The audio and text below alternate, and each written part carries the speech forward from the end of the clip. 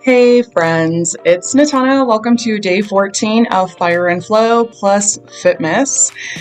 Today we are on a flow day. It is December 22nd, 2022, tongue twister, and I'm still in catch-up mode this week, but I am on schedule to finish strong and to finish back in the flow of things on Friday. Friday night should be the final workout of catching back up, and Saturday will be the last workout of week 3, and then I'll roll into next week to week 4. The final week of Fire and Flow by Beachbody. Then January 1st, I will be starting Sculpt and Sweat by Beachbody, and I'm just really excited that I started with this mobility and strength program before I decided to do anything. Because man, this program has really challenged me in such good ways. I haven't been overworked, I haven't been oversore, I haven't been super weak to where I couldn't do the things. Is it a challenge, and do I have to build strength to be able to elevate myself? Completely. But that's to be expected with any exercise that you do when first starting out, when you haven't been mobile in such a long freaking time. So anyways, guys, welcome to Thursday. This is Thursday morning. I already got my sacred daily intentions done. If you don't know, I share my sacred daily intentions where I dedicate my day, say what I'm thankful for, because I'm somebody who loves myself. I have and/or I will. And something that's most life for me in this moment right here and now is I share that daily on YouTube, my Facebook page. I was doing TikTok and Instagram for a bit, but I really just don't care. I really, honestly, it's so much work. Who has time to sit there and try and send these little clips of a minute video broken down into 15 seconds each? It's just, what? Why is technology so inconvenient when it's convenient? You know what I'm saying? It's moving at the speed of light, but yet I have to sit here and break up my minute long video into 15 seconds to share to a Facebook story because the computer can't live. I don't know, guys. Anyways, I had to get a morning rant in there. Anyways, I'm sure you noticed, but I was doing a workout and then all of a sudden I wasn't there, and then I had a weight in my hand and I'm doing a different workout. I don't know what it is about my camera. I know it's an old camera and that has to be exactly it. But I make sure that my battery is charged. I make sure that there's enough space on the memory card so that way I could record at least 30 minutes, because this is such an old camera. And like I said, technology has evolved so fast that 30 minutes is all that you can actually put on this camera to utilize it, instead of using my phone, because I get a full screen picture and an actual thumbnail print photo from the camera versus my cell phone. Even though I got a newer cell phone, I don't know how to properly work it, and there is a movie mode that I can use, and I'm sure it would give me greater quality than this, but I need to learn how to use my cell phone first.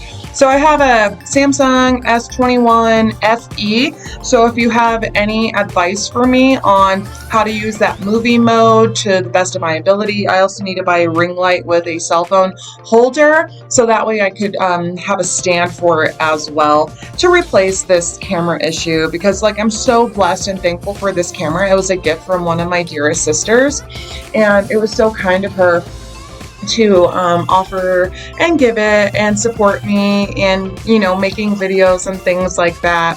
But my camera had just stopped recording, and it just does that from time to time. It's really interesting. And then it was even more funny because it stayed on, but then when I got done with the workout, I go to look at it and it was like your memory stick is full, but normally the camera turns off when the memory stick is full. It was just really peculiar, so I didn't get to correct that portion of it. But it's an older device. It's just dying. It is what it is. I need to invest and actually spend money in a real camera. I've been saying that forever, but I feel like if I could stay serious this year in uploading videos, then I deserve to have a camera. If I can't, then I don't. I think it's kind of that simple for me, and I have to motivate myself in those ways to stay consistent with things. Just like this week, my motivation to stay consistent is actually a mixed bag of emotions. I had a good weekend, but it turned sour on my drive home. And it was just pretty upsetting because like there was just a lot of stuff that had happened, but I just don't process things in real time a lot because I'm so used to like reacting that responding. It's like I just shut it down and block it out and keep it in the subconscious to check on later on, or I react. And it takes a lot of work to just respond. So I'm still working on my disassociation and how that plays a part in my everyday life. But last weekend, it was about shoving it down deep until until I was by myself and ready to process it. Oh my gosh. And it took me a few days to process with some of my girlfriends. And the more I shared about the weekend, the more I realized how unhealthy it was, how unfair it was, how unloving and how unkind it was, even on a friendship level of like, interacting with people, right? It was just pretty disheartening and defeatist, but I'm not going to be defeated, and I am not going to roll over and take it, and I am utilizing this this issue as part of my motivation to say fuck you and your manipulation, whether you're aware of it or not.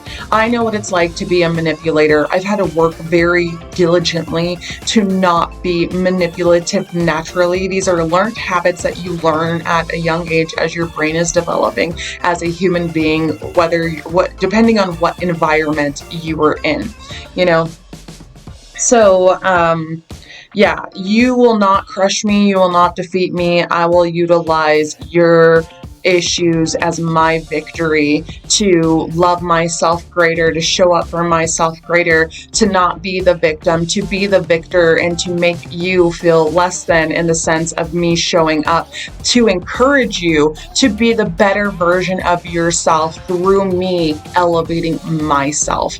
It sounds kind of weird, but it really works for me, and I think it works to motivate other people in a fucked up, weird way. I'm not attacking them.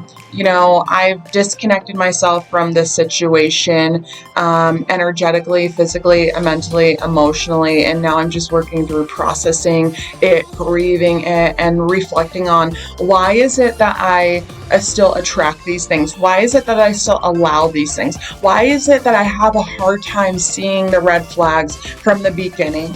Why is it that I have to be in the thick of it to deal with the situation and be disrespected for me to be like, something seems off, but I just don't know quite what it is, because I'm just such a optimistic, caring, loving person that I feel like other people are that way too. Like, do I know that I have a shadow side and that comes out? For sure. That's what I've been working on since I was 18 consciously, to be a better version of myself.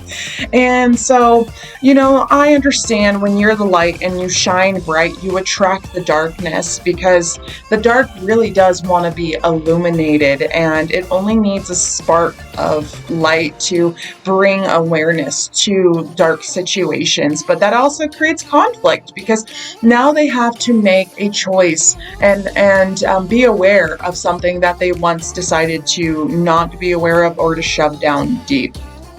Wow, I really didn't think I'd be popping off in this video this morning, but I guess I'm feeling it this morning. I'm feeling a little edgy. I'm just emotional, and it's my right as a human being to express my feelings and opinions because I have them, and I don't deserve to be treated bad when I treat other people well, and it's just sad. It's sad that human beings are so selfish in these aspects and unaware or unconscious that they can't tap into their heart center and their soul and see what the situation is for what the real thing is that's going on. Transparency with self, being honest with self, using reflections to really hone in and eat crow and take responsibility. We can't make change until we admit what situations need change.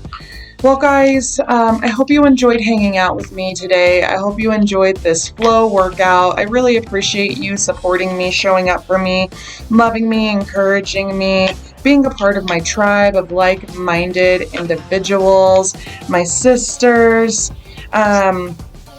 We just had the winter solstice yesterday, and happy Yule to all my pagan friends out there.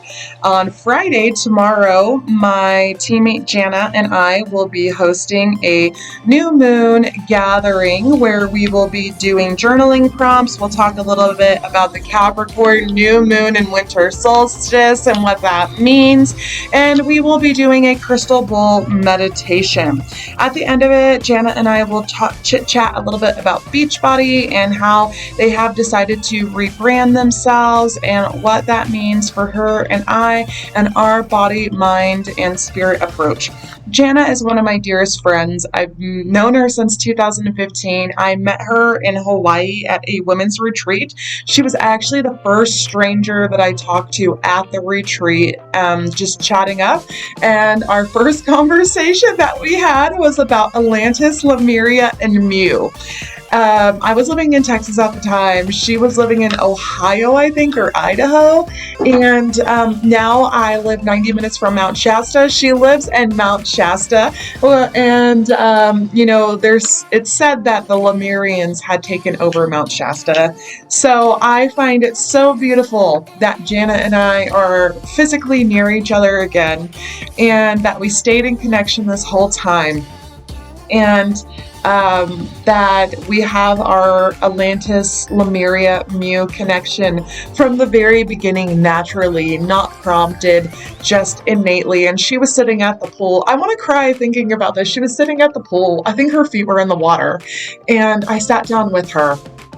And it was just so beautiful that water was involved in our connection and our transmutation together. She also decided to camp with me on the beach after the retreat, the women's retreat, was over.